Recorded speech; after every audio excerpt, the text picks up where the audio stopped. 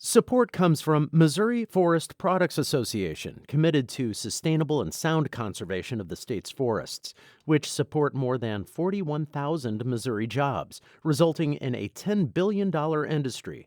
ChooseWood.com. It's Tuesday, September 21st. This is The Gateway. I'm Wayne Pratt.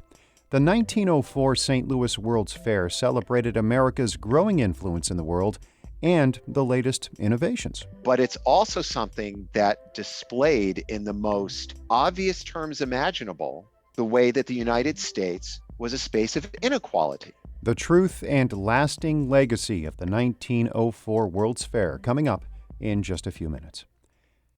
A federal appeals court today will consider whether Missouri can implement a sweeping law aimed at limiting abortions. The measure, adopted in 2019, would ban the procedure at or around the 8th week of pregnancy. It would also prohibit abortions based on a Down syndrome diagnosis. The 8th U.S. Circuit Court of Appeals in St. Louis is not expected to rule for several weeks. In June, a 3-judge 8th Circuit panel upheld an injunction from a U.S. district judge prohibiting Missouri from enforcing the provisions. The full court then decided to hear the case. The Missouri Attorney General's office is defending the law. Voters could soon decide whether they want to change the redistricting process for the St. Louis Board of Aldermen. St. Louis Public Radio's Jason Rosenbaum reports. Currently, members of the Board of Aldermen vote on boundaries of wards, and the mayor either signs or vetoes the map.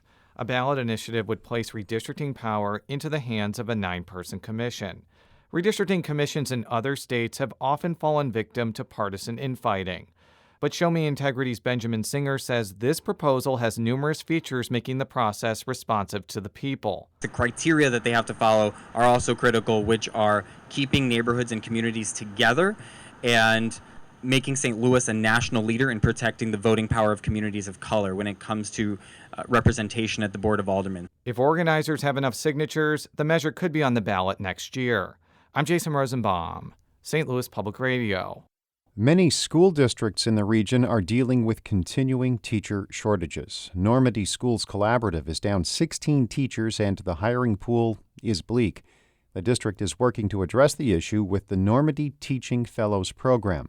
Human Resources Director Sarah Jamison says it helps people who have a passion for teaching attain their certification in 12 to 18 months. Being able to attract very highly qualified folks who are interested in teaching, but also helping them to start another career or develop the career that they have decided to go into. Jamison says the district is paying for those certifications. It needs math and science teachers.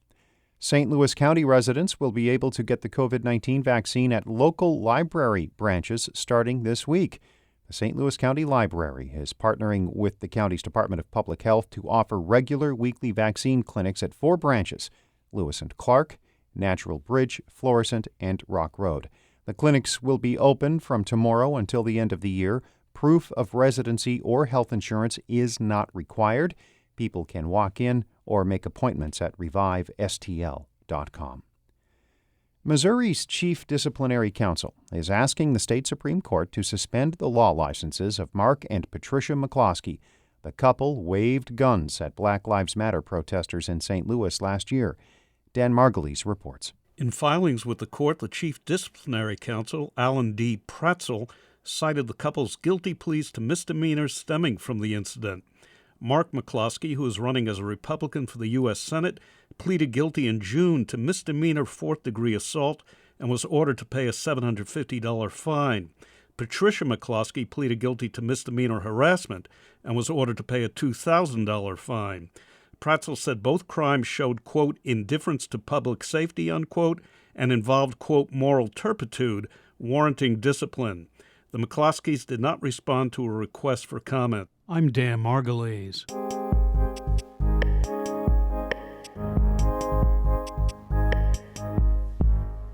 If you love ice cream cones and hamburgers, you can thank the 1904 St. Louis World's Fair. But there was a lot about the event that is incorrectly remembered or not remembered at all.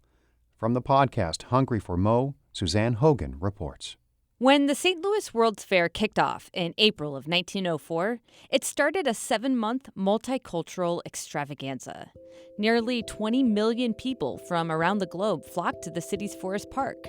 History professor Peter Castor teaches a course all about it at Washington University in St. Louis. This was in an era before television. This was in an era before magazines with color photographs. It's before many of the museums. So one of the reasons so many people would go to a World's Fair was to see the world. Fairgoers could explore exhibits from over 60 countries and 43 states.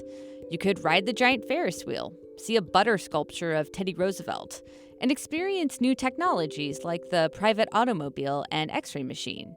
For many attendees, the World's Fair was also the first time they encountered some of America's now classic foods. My name is Pam Vaccaro, and my book is Beyond the Ice Cream Cone, The Whole Scoop on Food at the 1904 World's Fair.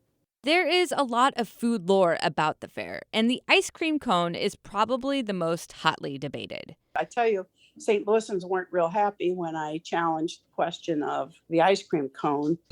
Here's one of the most popular tales.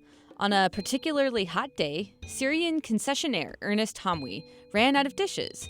In a flash of inspiration, he rolled up a waffle into a cone, plopped his ice cream on top, and bam, became a dessert legend. Vaccaro says the truth is more vague. Multiple families have come forward with similar stories, saying their family member should get the credit. But who was the first to do this? It's really questionable. Now Vaccaro and other historians say the ice cream cone was not invented, but rather popularized at the fair. The same goes for Dr. Pepper, the hamburger, and iced tea. These foods were around before the fair, but they took off thanks to the huge numbers of attendees trying them out for the first time.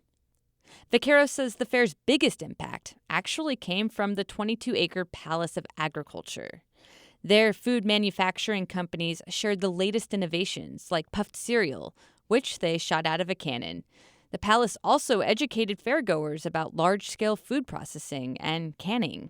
What has profoundly impacted how we distributed food, how we marketed food, how we produced food, and even how we became aware of the purities or lack of them in our food. Professor Peter Castor says that the World's Fair represented a changing modern world. By 1904, the country was deep in Jim Crow segregation, and the fair took place a few years after the end of the Spanish-American War, when the United States military took control over Cuba, the Philippines, and Puerto Rico. The United States had become a global empire. In St. Louis, the United States debuted itself as a growing imperial force, putting on living anthropology exhibits with indigenous peoples from around the world. African Americans, meanwhile, couldn't get so much as a drink of water from the fairgrounds. It was a moment that was partly designed to celebrate American glory, American democracy, the American economy, but it's also something that displayed in the most obvious terms imaginable the way that the United States was a space of inequality. Castor says this duality, more than any food inventions or innovations, is the lasting legacy of the 1904 World's Fair. And it's something, he says, we can learn from today. One of the things we often learn when we look at the past is really how complicated and contingent these moments are, and that equality and inequality coexist in the same space. I'm Suzanne Hogan.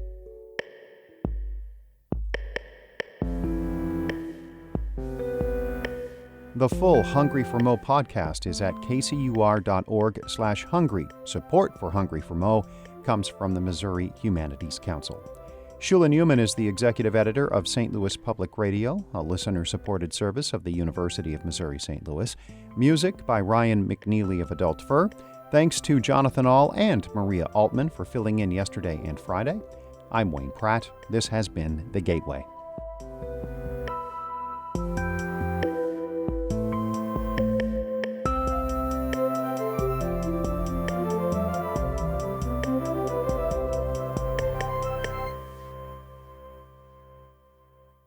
Support comes from the Missouri Forest Products Association.